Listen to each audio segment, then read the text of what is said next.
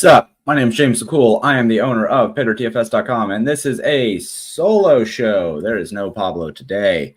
So it's just going to be me talking to a camera in my office with my cat, and also with Small Mite back there.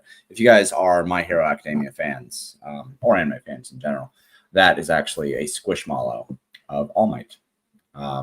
My cat cuddles him while she's sleeping, so it's super cute. Overall, though, feeling good tonight. Week 12 looks really interesting. Pablo is not here because he has family obligations. He is a family man, maybe a little bit more of a family man than I am.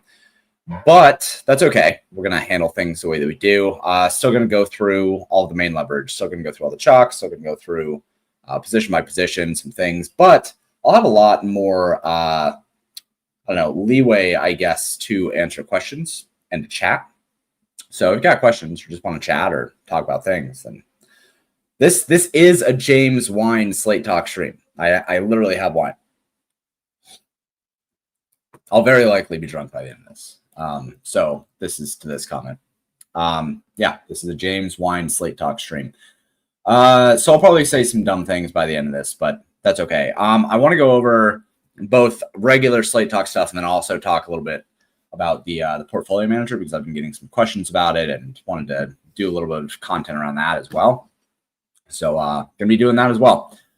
Without further ado, if you guys have questions or comments or whatever, just put them into the chat. I'll answer them as I can. Otherwise, this one will be relatively quick because we don't have Pablo to Pablo things up here. Anyway, let's get started. Is this the right one? Nope. Is this the right one? It's pretty good. Is this better? This. Let's go with this one. This is fine. All right. So first things first. We're going to the models, and overall, actually, hold on. Before we get into that, let's do a little overview. So this is the first slate in a while that we don't have Christian McCaffrey and or Jamar Chase to eat up ownership on the high end. And so what it's going to do is have people placing their money in worse places. Worse places, right? So Christian McCaffrey and Jamar Chase are about as safe can get. They have insane volume. They have great roles. They've been underpriced for the majority of the year. Like, neither one of them has really been where they need to be priced. So people have felt fine playing them, and it's been the right move to play them. But, like, they each had expected fantasy points of, like, I don't know. Christian McCaffrey's expected fantasy points were in like 28, 29 range. I think last week he was maybe in the 26 range or something. It was just an obscene number. Nobody else was even really close, right? Especially at position players. So it was fine for people to have a 35% on Christian McCaffrey. The other one obviously was Jamar Chase, and Jamar Chase, his expected fantasy points was way up there as well. I think it was like 23, 24 or something like that. And he was fine as well, right? Like, people were just kind of blindly fucking eating that chalk. Which, whatever. This week, we don't have Christian McCaffrey or Jamar Chase. And what that's going to do is people are now going to be putting that money into guys like Bijan Robinson and Jackson Smith-Njigba and Jonathan Taylor and, especially Amon-Ra St. Brown. Amon-Ra St. Brown looks like the highest owned player on the slate this week. So that's a little bit weird. I don't think necessarily that is the right way to go about things, and I'll show why with the expected fantasy points and with other things here in a second. But if you think about it, like a 40%, 45% owned Amon-Ra St. Brown compared to a 40, 45% owned Jamar Chase, that's just not really a contest. Now, granted, Amon-Ra St. Brown is a little bit cheaper. It's like $8K. Jamar Chase was sitting in the $85, $86, $87 range. So you get a little bit of a discount, but it's not, it's not apples to apples. So people are going to be playing a lot of him. People are going to be playing a lot of Jahmyr Gibbs, it looks like. People are probably going to be putting some more ownership into a Bijan Robinson. Trey McBride is probably going to continue to be 40% owned or something. He's 6,800 this week, which is up from where it was. But with no Christian McCaffrey or Jamar Chase, people have extra money, especially because the rest of the pricing is fucking trash, which it has been the entire goddamn year. So overall, I think people are just going to spend up just because they have the money. And I'm not sure that that is really the right way to do it. And also, I think that it's going to be condensed ownership on the high-end guys, which is also not the right way to do it. So, will James be doing Thanksgiving slate stream? Probably not. Probably not. I'm not sure yet. If I do it, it'll have to be Wednesday because we go up to Margaret's sisters on Wednesday night, and then we'll be there Wednesday, Thursday, Friday. So I don't know. We'll see. One way or another, I'll certainly have content for it. Maybe I'll write on the drive up there or something, or maybe I'll fucking stream in the car. Who knows? But yeah, I'm not going to be able to put together any content on Thursday. That's not going to happen. So, let's see. Oh, well, there you go. Jason and Drive are going to be doing one. So you guys will have content one way or another from Paydirt. Yeah, sneak away into the bathroom for an hour-long show. They're going to think something is grossly wrong with me if I do that. All right, let's jump in here. So which one are we going to use? This one? This one? Yeah. All right, so just looking at the models overall, let's first sort by expected fantasy points, and let's remove quarterbacks from the sample. So if we just look at expected fantasy points, right, like the very tippy top is Jonathan Taylor, who is projected for 2% ownership. Now, he's 10K. I think that's the most expensive that we have seen a position player all year. So I understand him having less ownership, but I don't necessarily understand him having 2% ownership. It's a very expensive price in like a relatively bad matchup. But 2% for a player who's like on track to break records is very silly. After that, in terms of expected fantasy points, we have Rashee Rice, 7,700. That's fair price. He will have some ownership. And then Bijan Robinson, who is 8,500, has expected fantasy points of 20, has a median of 24 here, projected for 10% ownership. You actually have to go all the way down to Jahmyr Gibbs, who has an expected fantasy points of 17.88 to get any ownership. And then two more below that, Amon-Ra St. Brown at 16.5 at 50% projected ownership. And then you keep going down farther and you see Chase Brown at 40% ownership. Now, I think that Amon-Ra St. Brown ownership is too high. I think that Trey McBride ownership is a little bit too low. So I'll be fixing both of those in the morning. But I absolutely think that Chase Brown and Jahmyr Gibbs are going to be two of the highest owned players on the slate. I think that Jahmyr Gibbs will actually likely be the highest owned player on the slate, which is probably fine. He projects very, very well. When we switch this over to medians, Jahmyr Gibbs looks really, really good. He's below just JSN and Bijan Robinson. He is above Jonathan Taylor. He's above Amon-Ra St. Brown. I think that the ownership on Jahmyr Gibbs is likely going to be justified.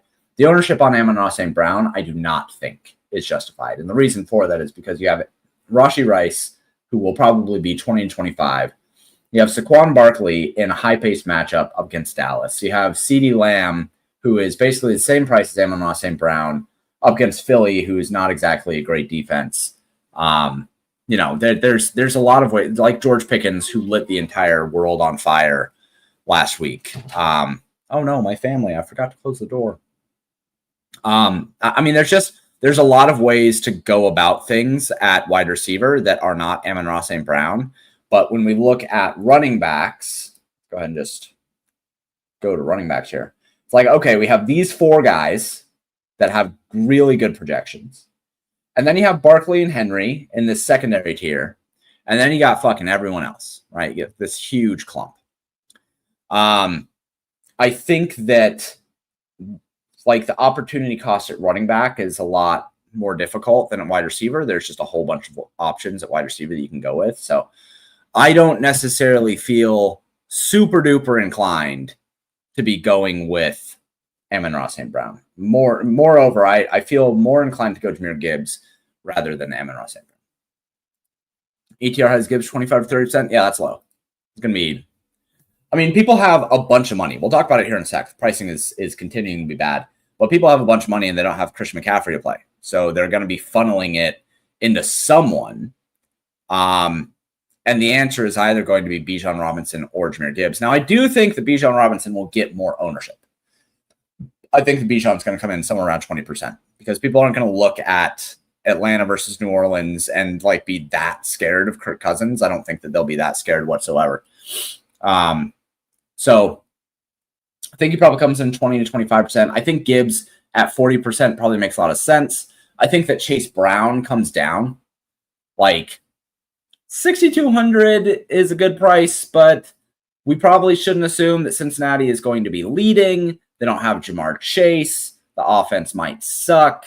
Like 40%, I think people are going to look at that and say, I don't necessarily want to play 40% on Chase Brown, and that's going to come down. And I think that ownership likely will go instead to a Bijan or to an Emmanuel Wilson, who we will talk about here in a second.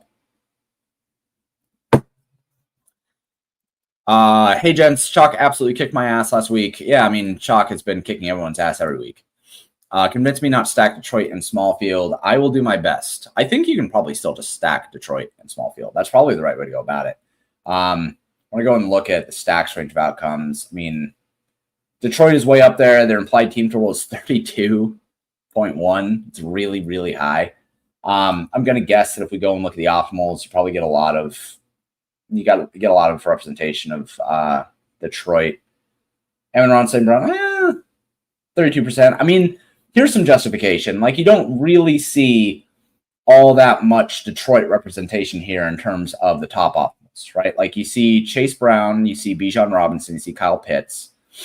But you have to come down a little bit to Amon-Ra St. Brown and then way down to get to Jared Goff, who shows up in 11% of optimals. So, I don't know.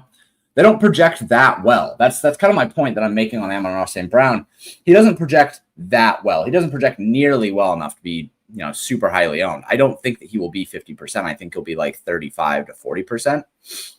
But like Detroit, they have a really high team total, but it's an offense that can be very spread out. It's not going to like surprise anyone if it's JMO or Amon-Ra St. Brown or Jahmyr Gibbs, even David Montgomery could get there, right? Like, there's a lot of guys that could get there for Detroit's offense. So I just don't, they just don't project near as well as some of these other plays. Let's take a look at ownership overall. I suppose we should probably start with quarterbacks, right?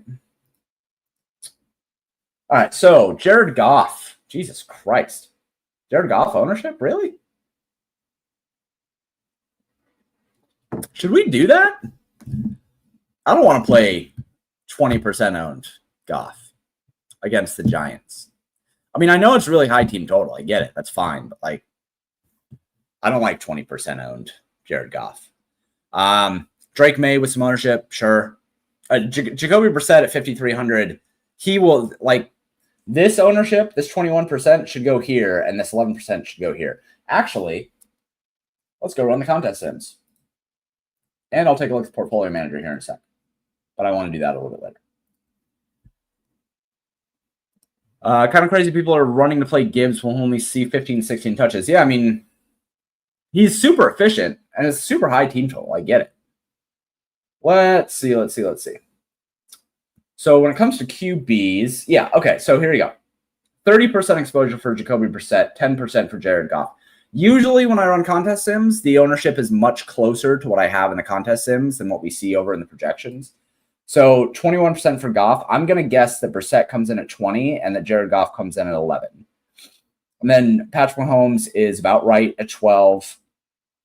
I did see some chatter about Jalen Hurts. So when I look at this looks more like what I think people will end up doing. I think we're going to see more Jacoby Brissett, less Jared Goff.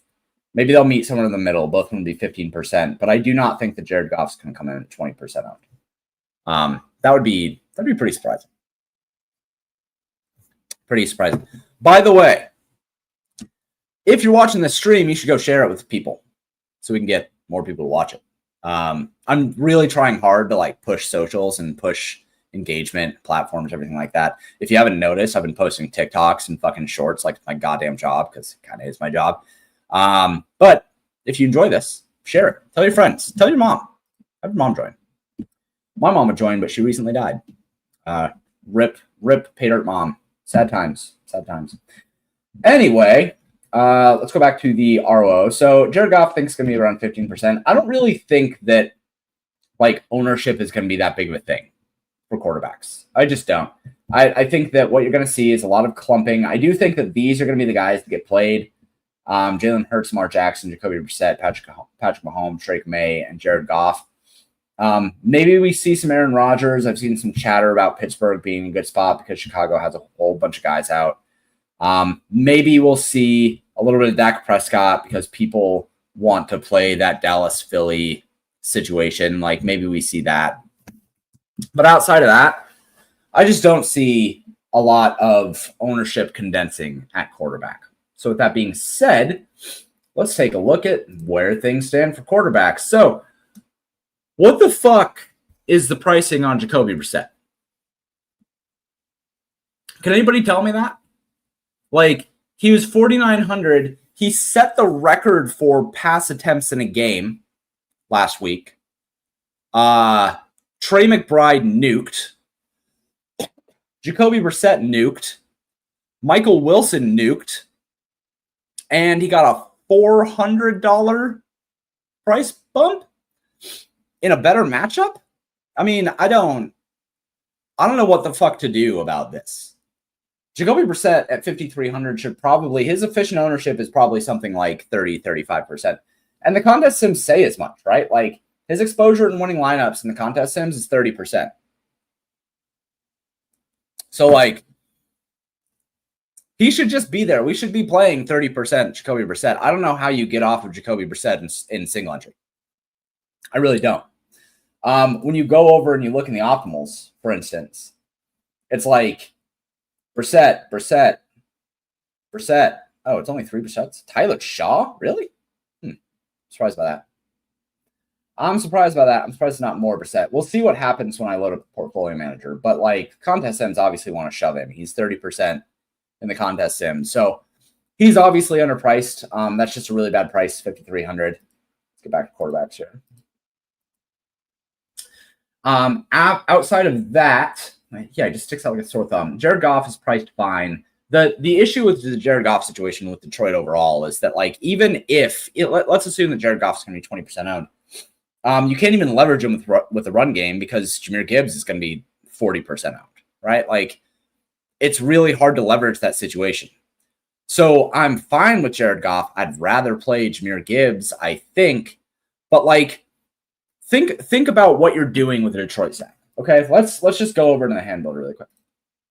So let's go with a Detroit stack here.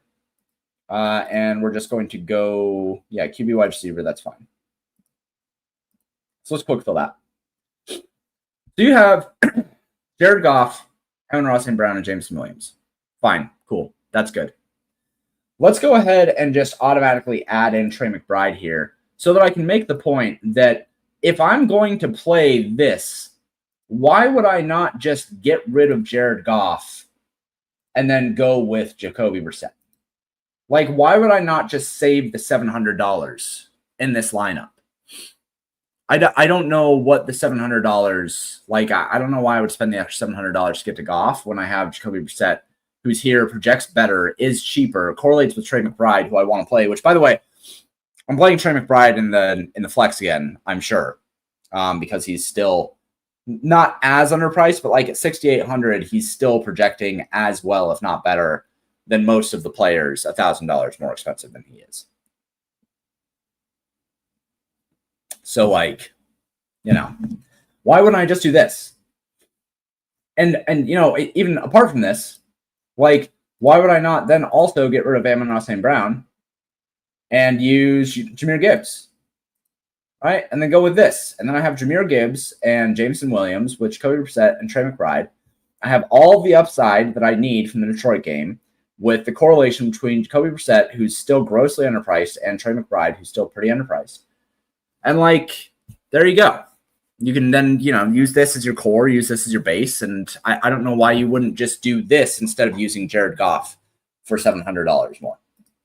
So I'm probably just not going to play Jared Goff. I don't know why I would end up doing that. Outside of that, I think that these guys all make sense as far as the options that I would want to go with, right? Patrick Mahomes looks good against Indianapolis. I think that game is a really, really good game environment. Drake May versus Cincinnati. People want to play Drake May because it's against the Cincinnati circus of a fucking defense, which I get it. That's fine. It looks good.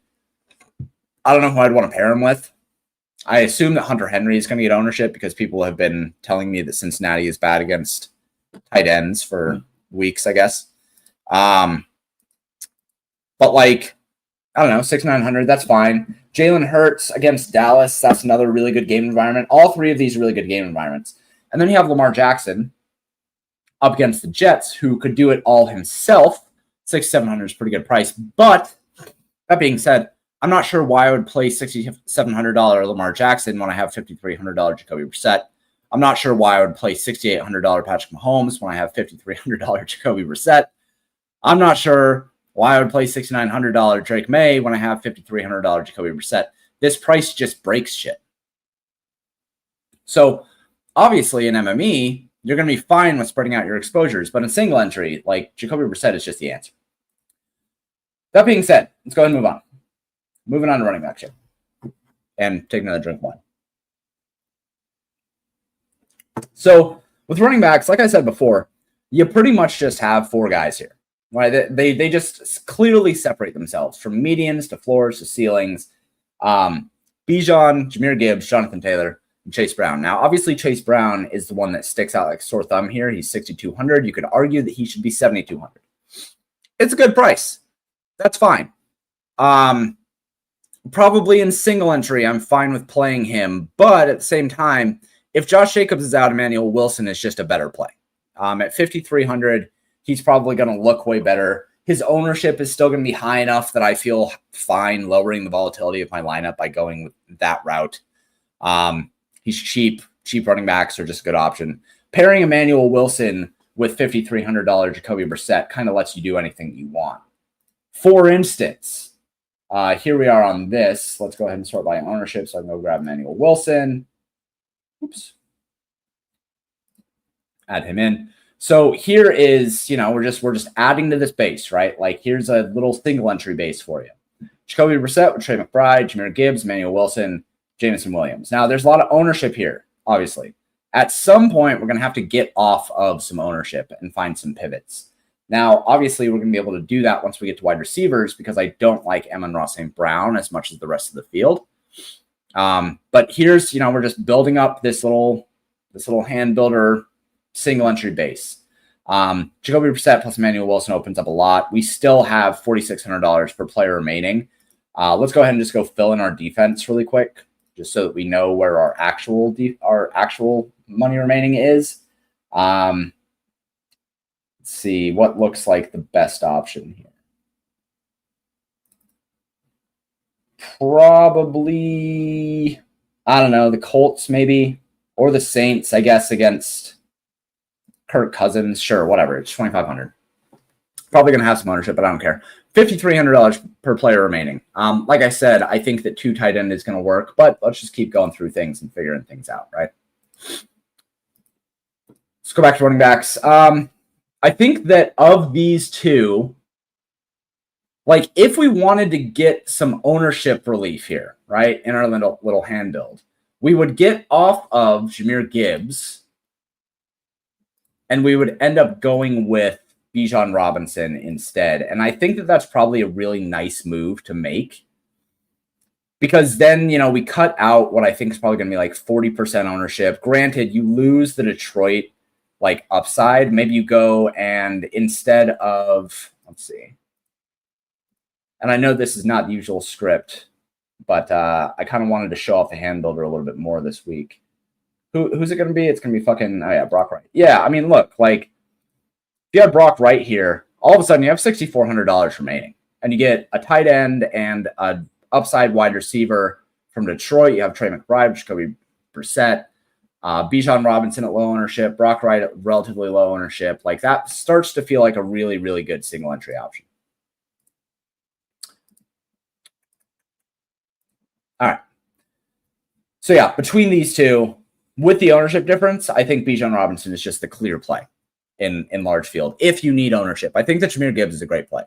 But Bijan Robinson projects for more. has lower ownership. Like, he is a perfect leverage play this week, especially considering the price tag is basically the same, right?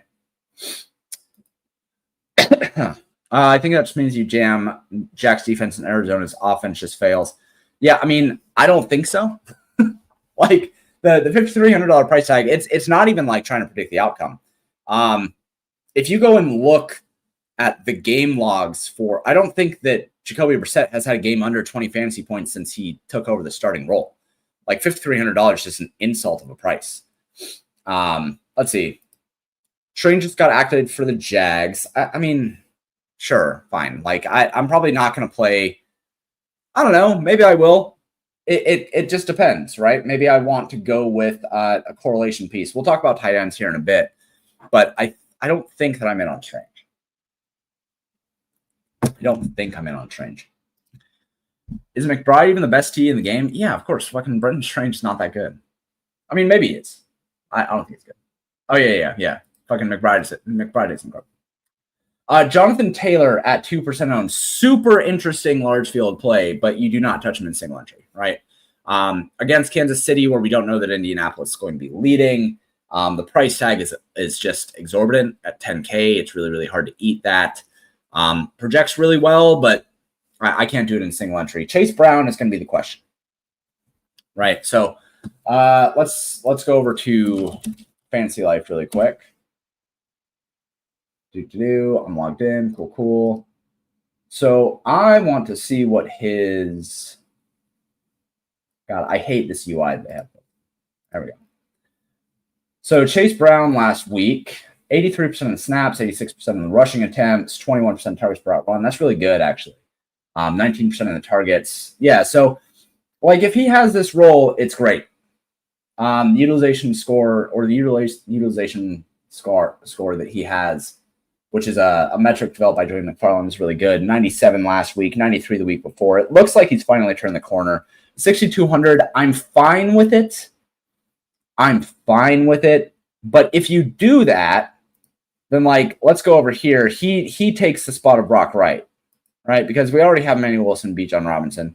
So I'm fine with getting off of Brock Wright and adding him in there. But if we do that, then we're going to end up needing to find a little bit of value at wide receiver. Now we're starting to run into an issue that a lot of people don't think about when they're building out a single entry lineup or when they're building out a lineup in general, of like, there are only so many options now that we can fill in that everybody else is not already on. For instance, if I sort this by ownership, the obvious inclination is going to be to go with Michael Wilson. I have $4,800 remaining per player. Michael Wilson is literally $4,800, but he's going to be 31% owned. And if you go there, then you end up having basically the same build that everybody else does. And then the next one is going to be Jacoby Myers. And I want you to look at this lineup that gets built. Oh, that's not right. Michael Wilson. I want you to look at this lineup that gets built. All right. So this is a great single entry lineup, but this lineup, you will be duped if you play this. Like, this lineup will have multiple dupes in single entry, I think. Because you have Jacoby Brissett plus Michael Wilson plus Trey McBride. People love to do a double stack. Bringing back Jacoby Myers. Jameson Williams at 30% ownership. Emmanuel Wilson at 36% ownership. Chase Brown at 40% ownership. Hell, if you wanted to build a cash game lineup, here's the cash game lineup tomorrow. You just get off of Bijan Robinson and you plug in Jahmyr Gibbs. And there you go. That's your cash game lineup. That's just fucking mega chalk everywhere. I don't think that you could possibly upgrade anywhere in terms of cash games whatsoever. So there you go. Enter that into all your cash games. This is the lineup that you play. You will cash. You will make money tomorrow if you play this lineup. I fucking almost guarantee it. So that's kind of the problem that you run into, right? You start with what you had, which was Bijan Robinson here, and then you have these two slots open. And just like the very clear way to go about it is just to say, fuck it, I'm going to play Michael Wilson and Jacoby Myers. But that's how you get duped. And that's how you have no relative value. So when you get to this point, right, let's go ahead and remove, let's see, it's Michael Wilson, Jacoby Myers, and Jahmyr Gibbs. So let's remove those guys and plug back in Bijan Robinson. When you get to this point, you have to start thinking to yourself, how can I get different? with the rest of my lineup? Or like, where else do I need to get off of in order to then make it so that I can eat the ownership of Michael Wilson and Jacoby Myers? Like, you would have to get off of one of Emmanuel Wilson or Chase Brown. And those guys are just better plays than Michael Wilson and Jacoby Myers. So then you start thinking to yourself, all right, well, maybe I can't play Bijan Robinson because he's too expensive and it casts me into playing only Michael Wilson or Jacoby Myers, right? These are things that you have to think about, because if you go with the lineup that I just put up on the screen, you have no relative value. Like, your best chance to cash is in like the 30th percentile. And yeah, you will probably min cash, but that's the best chance that you have. Like, if you would need the absolute giga nuts to win a contest like that, and you'd probably be duped anyway. So just things to think about. Back to running backs. I think that Derrick Henry is in a super interesting position here against the New York Jets. He's not picking up all that much ownership. He did get a big price bump. 7,600 is quite a bit. I don't think that he probably had a fine roll last week, but I don't think that it warranted such a huge jump up in price. 53% of the snaps, 67% of the rushing attempts. Utilization score was not that good. He did score 20 fantasy points, which is fine. Had all the inside 5 rushing attempts, which is good. Didn't have any of the 2-minute snaps, usually never does. But yeah, I mean, the role is fine. You basically, like, the way that you play Derrick Henry is if you think that the Jets are just going to get the shit kicked out of them. And I would implore you to play Derrick Henry with the Ravens defense.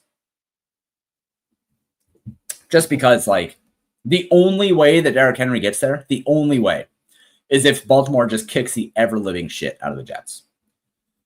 Moving down, the only one that I'm really interested in as we continue going farther, like, Etienne is okay. Jalen Warren is okay. Travion Henderson is not okay at that price because they get back from Andre Stevenson. Like, all these guys end up being, like, whatever. The only other one that I'm interested in is Javonte Williams. And that's because his expected fantasy points is sick. His expected fantasy points is the 3rd highest of any running back on the slate, sandwiched in between Bijan and Jahmyr Gibbs. When we go and look at Javonte Williams' workload here, where the fuck the Cowboys are. There. Javonte Williams, well, actually, his role has been decreasing a little bit. It was really, really good earlier on in the year, right? And he's still getting decent inside the 5 rushing attempts and good small short down distance routes. His rush attempts are still really good, 88%, 81% over the last 2 weeks. But his routes have come down a bit. His targets per route run have been really, really bad. His targets have been super bad. So overall, the receiving game has not been good for him. So that's going to hurt him a bit. But I still think that in an upside matchup here, like, Javonte Williams 6,500 is probably a decent pivot off of Chase Brown. I don't think he's near as good of a Chase Brown. Like, these guys are kind of going in opposite directions here. But, like, I think that Javonte Williams 6,500 at 3% owned is very similar play to Jonathan Taylor at 10K at 2% owned. Like, yeah, you don't get near the safety, but the price mitigates that, and the ownership is just super, super low. So overall, wrap this up with a nice little bow. Jahmyr Gibbs, great chalk. Chase Brown, great chalk. If you just wanted to eat chalk, let's fucking do your thing. Emmanuel Wilson, probably going to be great chalk. We don't know if Josh Jacobs is going to be in or not. He is a game time decision. I don't think he plays. Emmanuel Wilson, probably totally fine chalk for 300. I think that Bijan Robinson is a better play probably than Jahmyr Gibbs in GPPs. You just swap them in cash games, right? Yeah, pretty easy. You can just eat chalk running back this week. Are we going to get any game where K Mitchell running back pop a long TD run this year? I mean, maybe. I don't know. Is Keaton Mitchell good? I don't know if Keaton Mitchell's good. Like, the thing with the Ravens offense is that so long as Lamar Jackson is in at quarterback, the running backs have a lot more breathing room. So any running back that gets a snap and gets a carry has a chance to break a long one, just because the defense does have to worry about Lamar Jackson. But that's not to say that I think that, like, Keaton Mitchell is good or going to be able to do anything. Like, I just think that any running back who's getting work is going to have opportunities. Would you be intentionally trying to max one of Brown and Wilson at this ownership for single entry? No. I think it's fine to play both. They're both cheap enough. Like, I'd probably rather play Chase Brown and Emmanuel Wilson than Jahmyr Gibbs, just because they're cheap enough and they allow me to get some extra leverage somewhere else. But, like, I think that any of these guys, like, if you want to say min one of these guys, even min two of these guys, I think that you should absolutely be playing two of these guys in single entry. You should play all three of them in cash games. Like, just point blank. You should be playing all three of these guys in cash games, but you should play at least two of them in GPPs. If you wanted to mix in a third down here, if you want to do a 3 running back this week, you probably can. But, like, I do really like two of these guys. And if I'm going to choose two of them, it's probably going to be Chase Brown and Emmanuel Wilson. It's Mike sneaky near min with no chase. He's slot wide receiver. Yeah, sure. I'm fine with that. We'll talk about tight ends here in a couple minutes, but I'm totally fine with Mike Gesicki. He's a great play. All right, let's get on wide receiver. Wide receiver will be relatively quick, I think.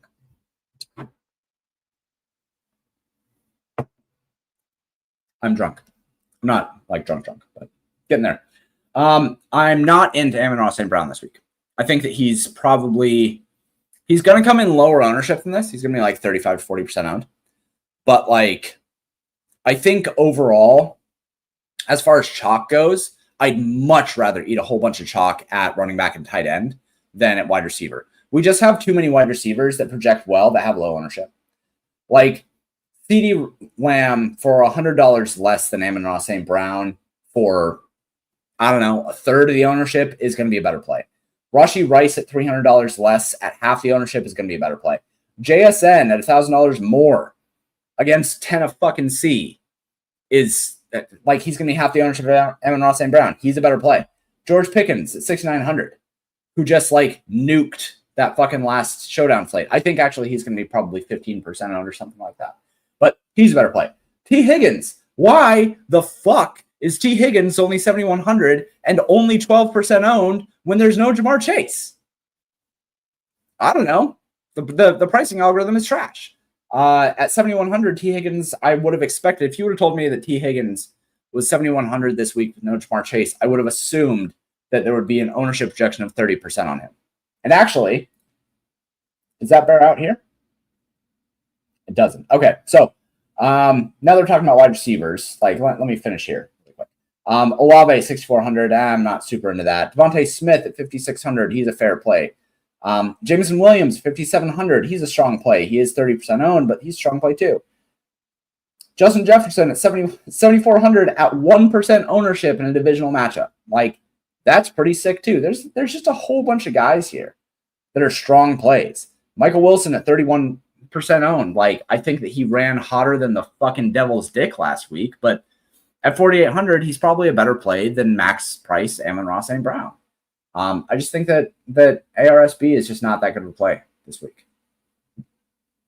So over here, let's take a look at the exposures for wide receivers. So Romeo Doubs shows up as the highest overall exposure at wide receiver in winning lineups. He projects for 9% ownership. He shows up in 39% of lineups overall, of winning lineups in the Sims. So he looks really, really good. If we sort this by 3x, Romeo Doubs, 4,900, looks like a terrific play. He's right there next to Michael Wilson, 34% exposure. Amon-Ra St. Brown shows up in 34%, but at 50%, that's overowned, right? Like negative 16% here. If he shows up, so this brings up a good point. If the cards flip and he's 35% owned, that's efficient ownership. And that's fine. I still don't want to eat 35% ownership on him and have efficient ownership, but that's fine. Jacoby Myers, 30%. Luther Burden?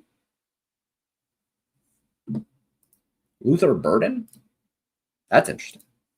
At 23% exposure here in contest sims and winning lineups. He looks like a really, really strong play at just 6% owned, right? So I think that when you look at this, it's like, okay, when we're playing, we should be playing these cheap wide receivers. And then, yeah, Amon-Ra St. Brown looks really good, but Rashee Rice is right here. And George Pickens is right here. JSN is right here. Like, he's only a little bit negative, right? So I think that you can just play these cheaper wide receivers, especially Romeo Doubs at 4,900. He looks like a terrific play. and makes it so that when we go into, like, we have this hand build, right?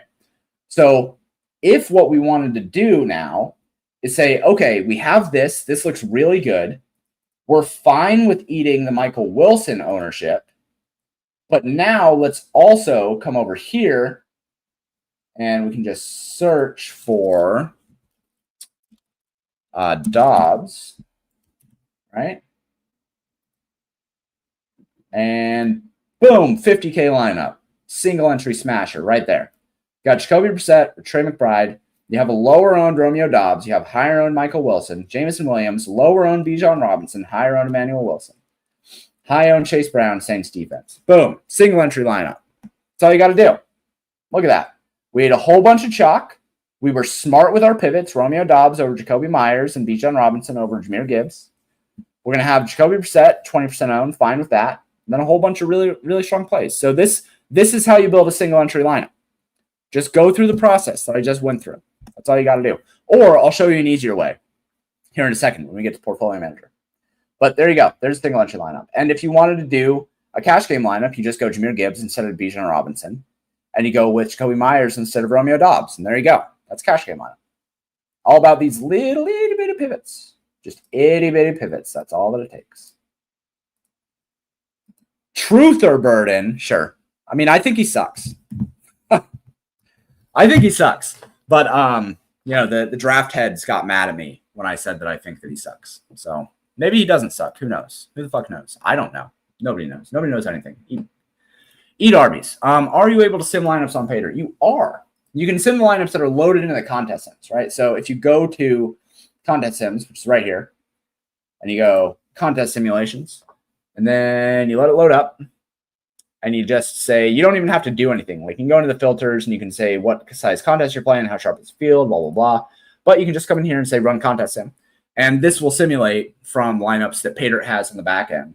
And then tell you the best lineups and the best plays and the best options and all these different kind of things, right? Tells you who you should play at quarterback, right? Jacoby Brissett is the highest exposure quarterback in the winning contests, right? At running back, Chase Brown, 69% of winning lineups. You should play Chase Brown, blah, blah, blah. So, yes, you can. As we are talking through wide receivers, I pretty much I just think that wide receiver is where you find your value and where you find your leverage. So Michael Wilson is a terrific play, 31% owned. Romeo Dobbs is where you find your leverage. He looks like an awesome play too. I would be totally fine with playing Luther Burden. He looks really, really good in terms of allowing you to do everything else, right? So if you played Luther Burden and Romeo Dobbs and you could just eat chalk everywhere else, you have a $3,600 wide receiver who offers you a lot of leverage and is a good value. That's a great play in my eyes. You also have Andre Yoshivas. Somebody fucking clap that I nailed that name. Somebody fucking clap. And then the other one is Greg Dortch at 4,300. I think that Dortch at 1% owned, like he's similarly a strong play as he was last week. He's cheaper than Michael Wilson. I think people are just going to key in on Michael Wilson, but Dortch is a totally fair play. I absolutely did not. It's Andre Yoshivas. It is absolutely Yoshivas. Hold on.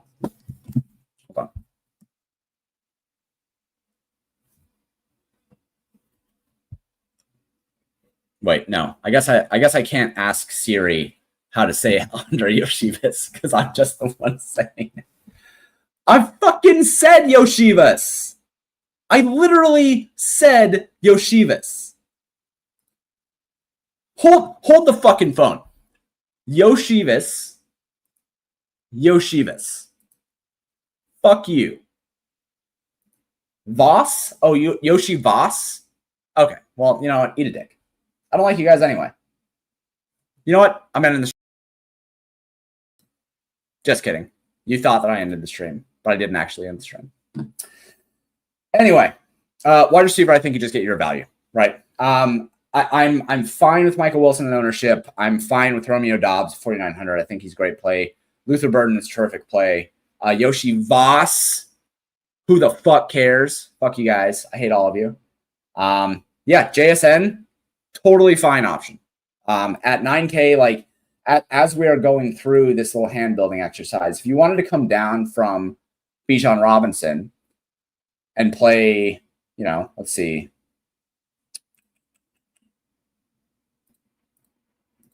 Let's remove him. And then I know that we have a running back that is a decent play.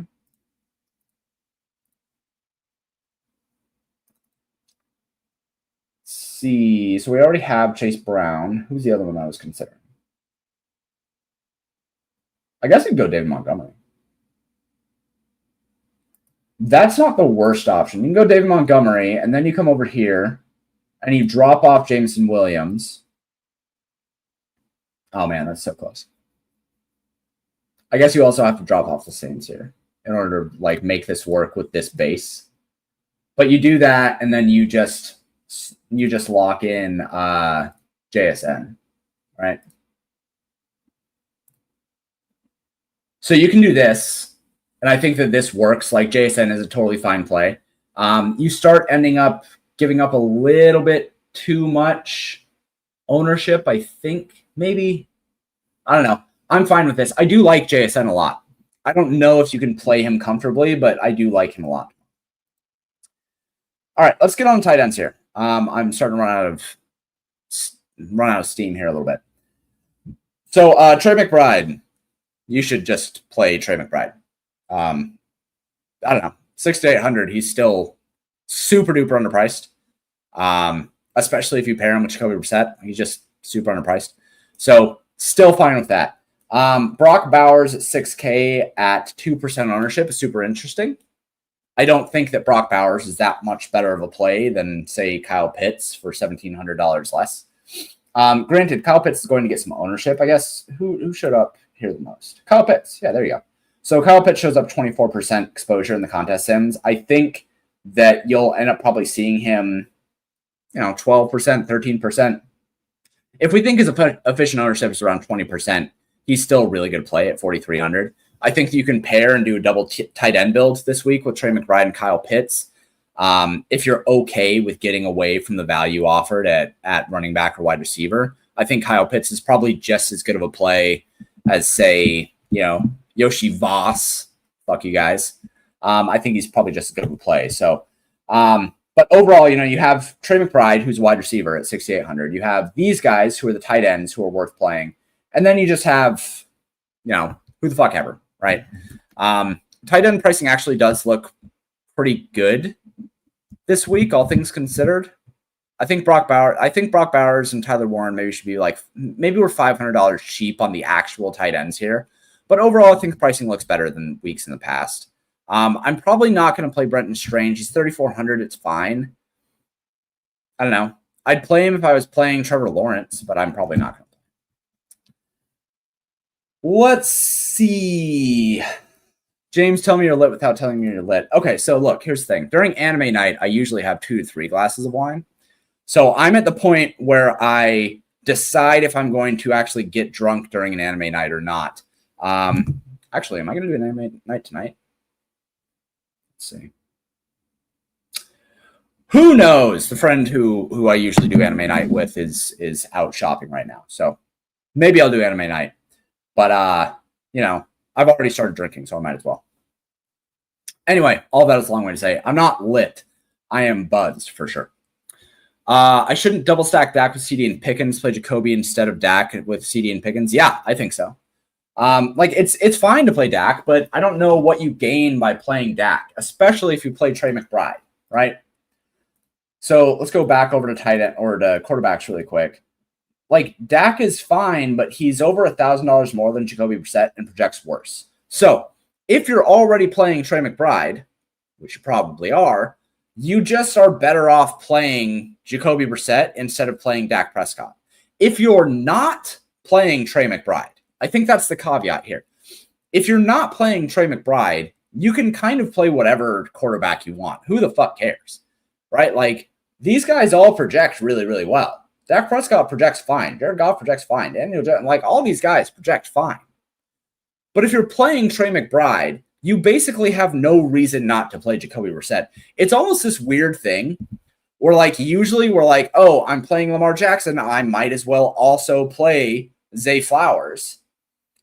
It's almost this weird thing where it's oh, well, I'm playing Trey McBride, I might as well also play Jacoby Brissett. It's almost like a flipped scenario, which we never like. It's this weird like thing. I don't know. It's this weird flip scenario. But if you're not playing if you're not playing Trey McBride and you play CeeDee Lamb and Pickens, then you should play Dak Prescott. But if you are playing Trey McBride, you should be playing Jacoby Brissett with him. It's just the most efficient way to go about things. And Jacoby Brissett is very clearly $1,200 underpriced. Like, he should be $6,500. He should be the same price as Jalen Hurts and Patrick Mahomes and Drake May. Like, he should be up there. And he's just fucking not, because DraftKings is drunk as fuck this week. It's awful. That's what's annoying about his pricing. Yeah, it's awful, dude. It's awful. Him and Trey McBride are both about $1,000 underpriced. You literally get a free $2,000 just by playing Jacoby Brissett and Trey McBride. It's crazy. So anyway, that's been pretty much everything. I've already showed you guys a single entry lineup and a cash game lineup. I can't guarantee that you won't dupe with me if you're playing either one of them. I will not. Well, I mean, maybe I'll play cash games tomorrow. Who knows? But I legitimately think that like this lineup. Hold on.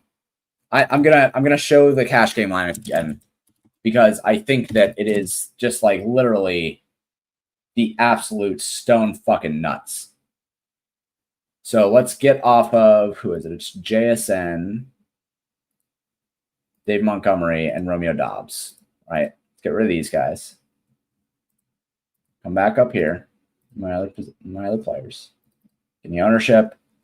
And just give me Jahmyr Gibbs with Michael Wilson. Oops, I already have Michael Wilson. With Jameson Williams.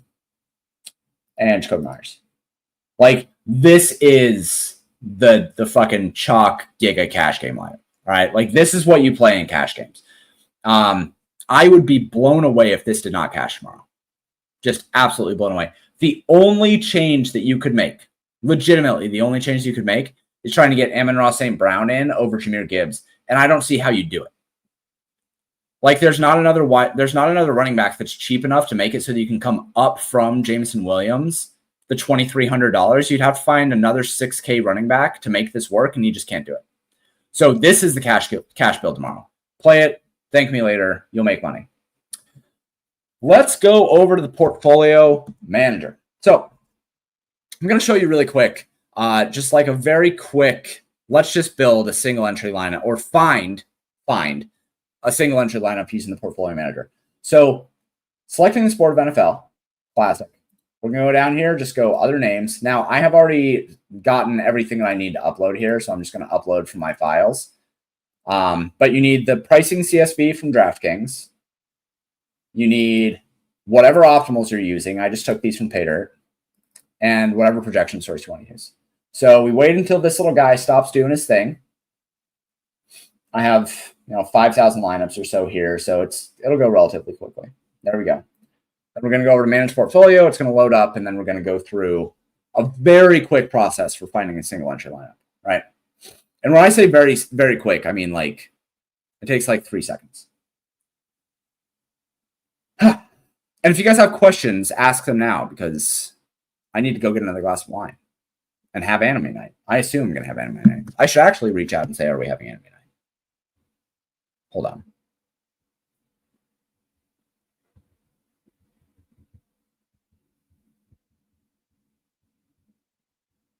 Okay. All right. So here's how you do a single entry lineup. All right. I am going to go ahead and stratify on weighted ownership. I'm going to produce 500 lineups, or I'm going to aim for 500 lineups, and I'm going to give myself only the top 75% in terms of sample range. I'm going to hit the portfolio with that. It's giving me 316 lineups. That's fine. I don't really care all that much. I'm then going to widen this out. I'm going to sort by SE score, and there is my single entry lineup. Jacoby Brissett, Emmanuel Wilson, Chase Brown, Romeo Dobbs, Jameson Williams, Jacoby Myers, Trey McBride, Amon-Ra St. Brown, and the Browns defense. Does it look familiar? Because it's basically the lineup that I built when we were talking about how to build a single entry lineup, right? The only difference, I think, is Amon-Ra St. Brown and fucking Jacoby Myers, swap those two for Bijan Robinson and Michael Wilson. And then instead of the Browns defense, I had the Saints defense. And that was my single entry lineup. But this SE score, this can guide you, right? Any of these lineups in this top range. And let me explain why I did this, right? So let's go ahead and reset the portfolio. So technically, you can just go find the SE lineup here. I'm pretty sure that, yeah. So it's going to give you basically the same thing, right? This one is a little bit different, but the SE score is still really, really strong. Lineups that it gives you here. So here's the one that it gave me when I sorted by ownership. And here's the one that it gives me if I don't do that extra ownership step. It gives me Michael Wilson, George Pickens, Amon-Ra St. Brown, Travis Kelce, Romeo Doubs, and the Browns defense. That one's interesting, but it's a little bit too low owned. So what I ended up doing, and again, to be clear, if you wanted to play any of these like top 10 lineups or so, totally fine. The single entry score is really good. But the reason why I did this, when you stratify, what it does, for those of you who have not used the portfolio manager, what it does is it gives you a linear representation of a subset of your lineups in the portfolio. And that's like fun, fancy talk for saying, like, if you have 10 lineups and you only want 5 of them, it will try to give you a linear representation of 5 of those 10 lineups. It'll just basically say from the top of the lineup down to the bottom one, based on whatever stat choice you want, here are 5 lineups that are representations of that group. So by saying the stat choice that I want is weighted ownership, it's going to look at weighted ownership and find the very highest weighted ownership and the very lowest weighted ownership. Okay. And that's the range it'll work in. How many lineups do I want to aim to produce? 500. So it's going to try to find within the 5,740 lineups that I have, 500 lineups that are a linear representation based on weighted ownership of those 5,740 lineups. And the sample range is basically saying like cutting down the sample based on the stat choice of the entire portfolio, whereas it's within the percentile ranges. So, for instance, if I cut this down to 0 to 100, it will show me a linear representation of the lowest weighted ownership lineup and the highest weighted ownership lineup. If I do 75th percentile to 100%, it'll give me a linear representation of lineups from the 75th percentile to the 100th percentile in weighted ownership. So look at the difference between these two things. If I do 0% to 100%, one, it gives me a couple more lineups.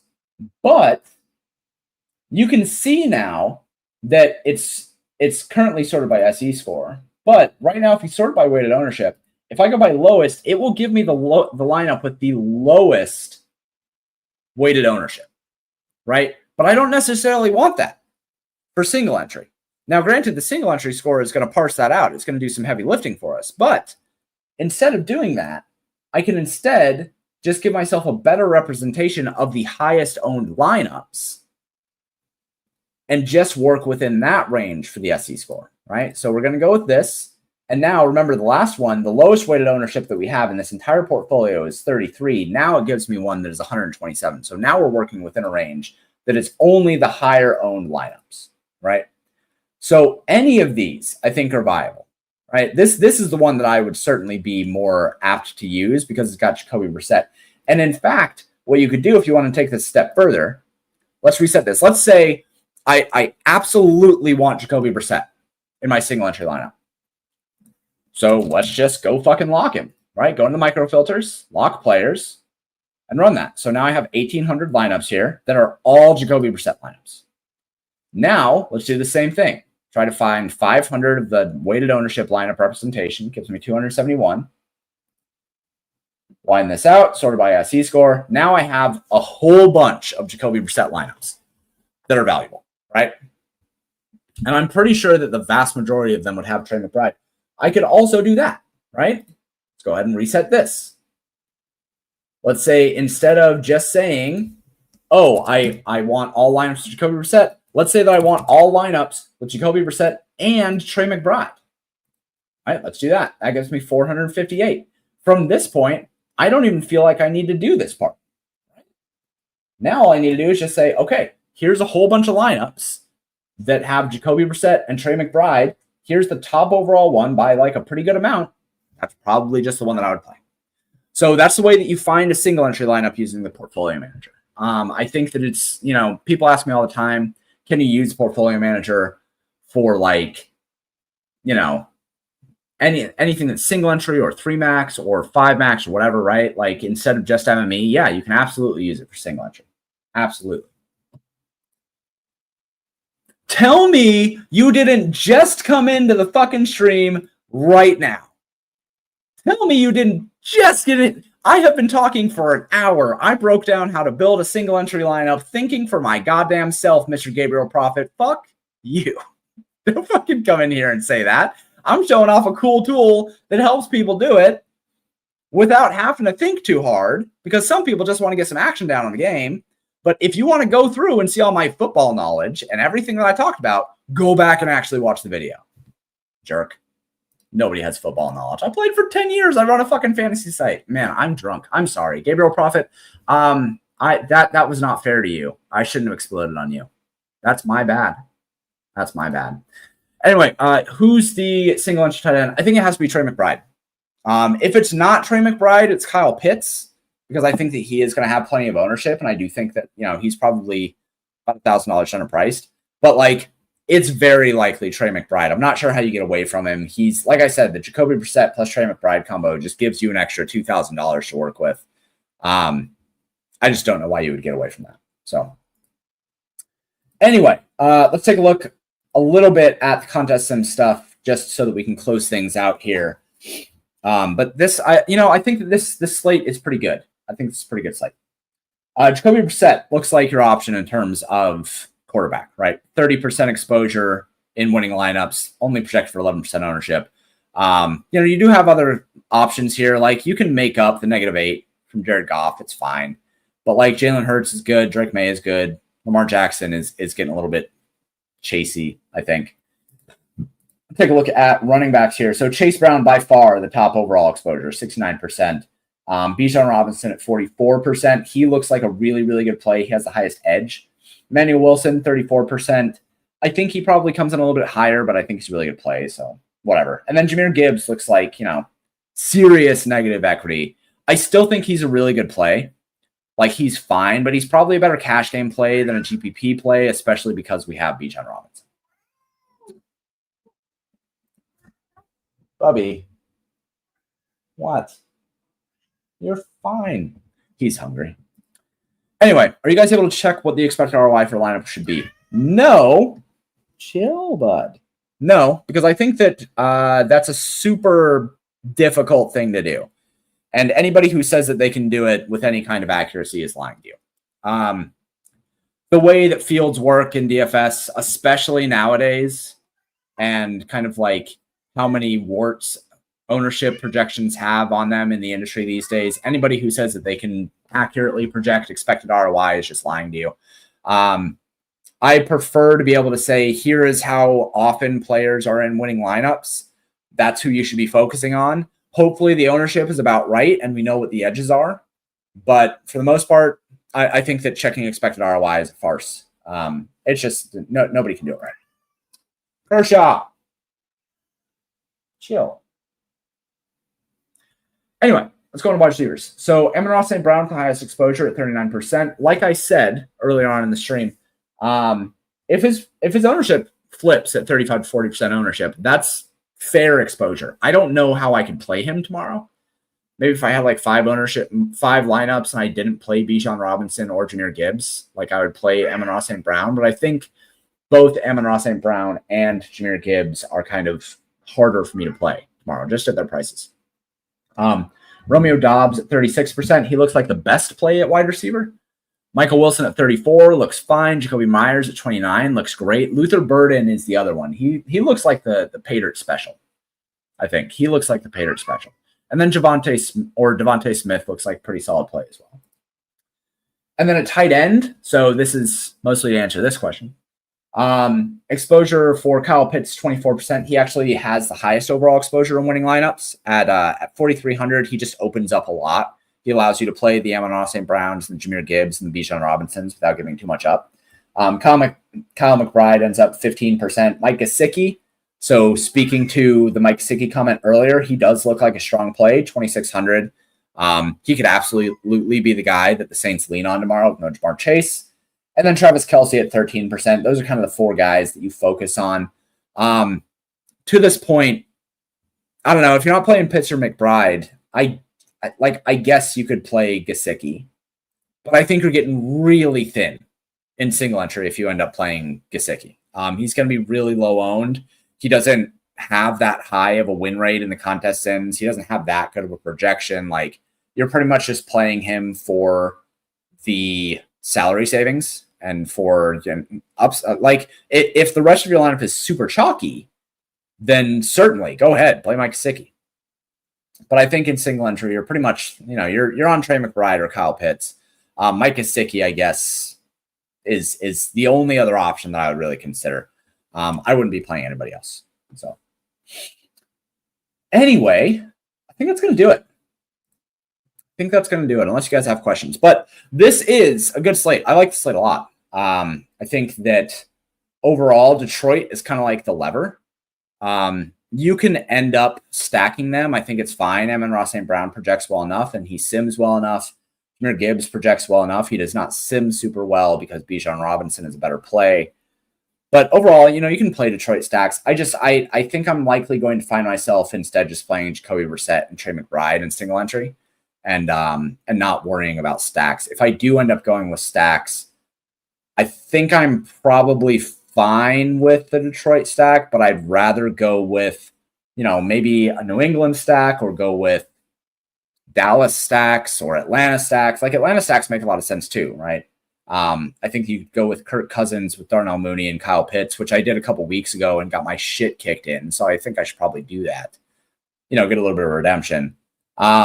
But overall, stacks, I don't think that stacks matter all that much on the slate. I think that it's mostly just about who you're playing at running back and where you're finding your value at wide receiver. That's what the slate comes down to. So Paydirt is taking a big stand on Luther Burden. I think he's a terrific play. Romeo Doubs looks like an awesome play. Those are kind of the guys that I'm going to lean on this week. And then I'm just going to probably eat a lot of chalk elsewhere. The pricing is just so bad that the chalk is good. This is what it is. So, do I like Devontae? I'm fine with him. He projects well. I think he sims well too, right? I think I saw that he sims well. Yeah, he sims well. Fine with that. Go for it. Lock it in. Go use the hand builder. Use the hand builder and come show me what you build over in the Discord, which, by the way, if you want to join the Discord, if you're not already part of it, it's free to join. You can find it here in the information. You can go to the Paydirt community Discord. Over 1,000 people in there. It's the best community in DFS, just by far. And for sports betting. We've been doing a lot of sports betting this year as well. If you want to know more about us, you can find the About Us. If you would like to grab a subscription, there are currently 287 people watching the stream. The last time I checked the numbers, there were 250 subscribers for Paydirt. So there's at least 30 of you who are not subscribed. You should come get a subscription. $40 a month for everything on the site. Everything, point blank, anything that I build. $240 for the NBA All Access yearly subscription. This goes through May 30th. And then $5 for a day pass, $20 for a week pass if you just like to try things out. Overall, I appreciate all of the support. I appreciate everyone who comes to hang out, everybody who comes and asks questions, everybody who helps me feed my cats. Not going to meow this time. This is going to be a good slate. Hopefully I win $1 million. Hopefully, if I don't win $1 million, one of you guys who's watching this wins $1 million. Overall, excited to play it. Thank you guys so much for tuning in. I'm going to get out of here and go drink some more wine. Hit me up in the Discord or on Twitter if you have more questions, and I will talk to y'all later.